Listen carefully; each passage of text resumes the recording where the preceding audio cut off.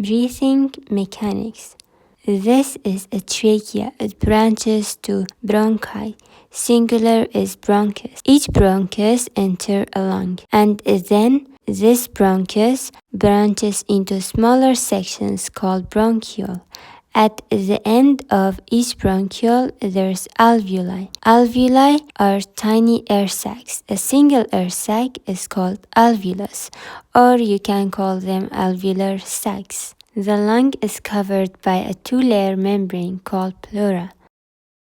This is the lung. The first layer of the membrane is called visceral pleura, which covers the lung, and the second layer is called parietal pleura, which lines the cavity. Between them is a small space called pleural cavity. It contains a fluid called pleural fluid, which is a lubricant that reduces friction as the lung moves during breathing. Intercostal muscles and rib bones. Breathing or ventilation consists of two main parts: inspiration, inhalation, and expiration, exhalation. Inspiration. Inspiration is an active process that needs the action of muscles. Intercostal muscles contract, pulling the rib bones outward and upward. Also, the diaphragm contracts and moves down,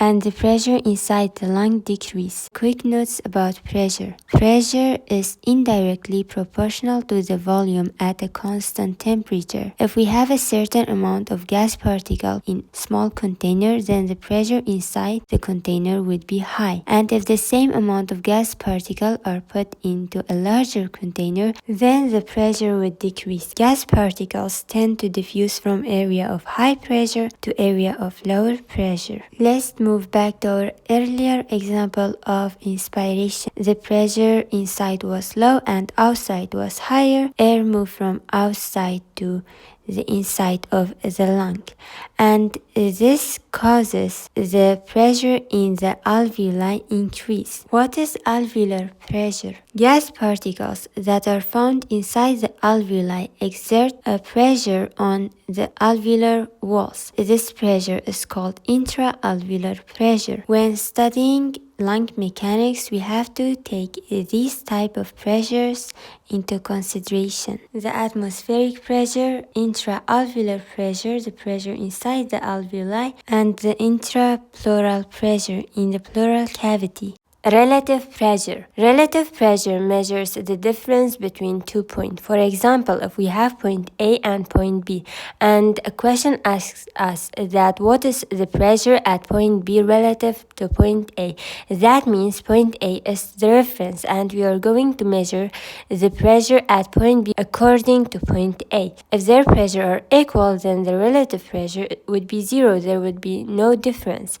If it is less than the reference, it would be negative. If it is greater than the reference, it would be positive. And here's the equation. Relative pressure equals pressure at the point of interest minus pressure at the reference point. When dealing with lungs, we set the atmospheric pressure as the reference point, and any other given point inside the lung, we can get it is pressure relative to the atmospheric pressure. An example is intra-alveolar pressure. If we want to measure the pressure inside the alveoli relative to the atmospheric pressure, we can use the previous equation, and if the result is zero, that means it is equal to the atmosphere. If it is negative, that means it is less than the atmospheric pressure, and if it is positive, that means it is higher than the reference point, higher than atmospheric pressure. We have the transpulmonary pressure, a relative pressure that measures the pressure inside the alveoli relative to the pressure in the pleural cavity. The pressure inside the pleural cavity is not uniform throughout the cavity. Transpulmonary pressure equal intra-alveolar pressure minus intrapleural pressure. Our reference point is inside the pleural cavity.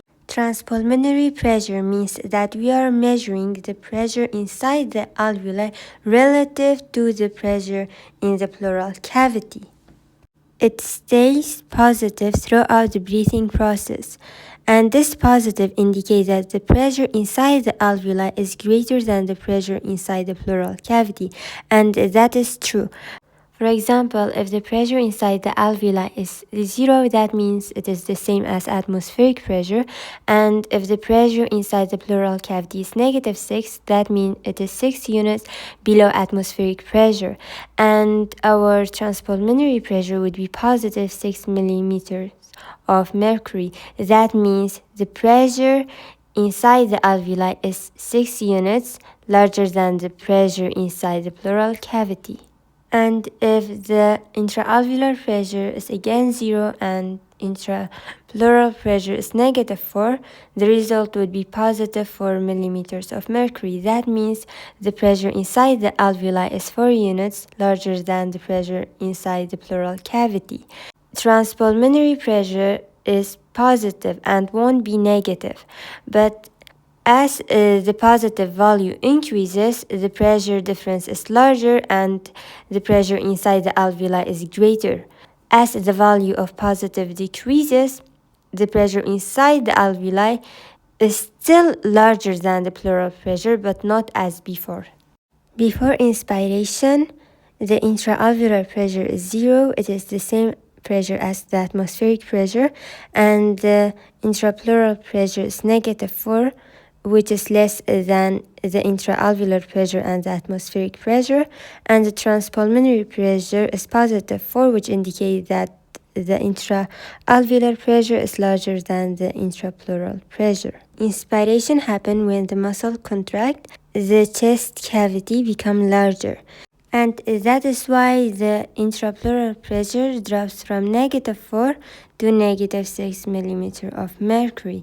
And because of that, the transpulmonary pressure becomes higher. Gas particles inside the alveoli pushes alveolar walls and cause them to expand because the surrounding pressure is so much lower than before. So the lung inflates.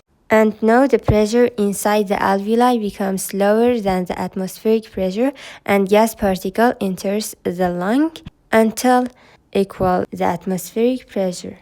After that, the intercostal muscle and diaphragm begins to relax, and that causes the chest cavity to become smaller and intrapleural pressure to increase.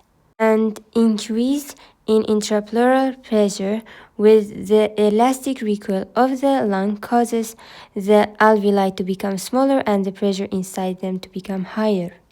When the lung deflates, the pressure increases to +1 inside the alveoli because there are a large number of gas particles that entered the alveoli before.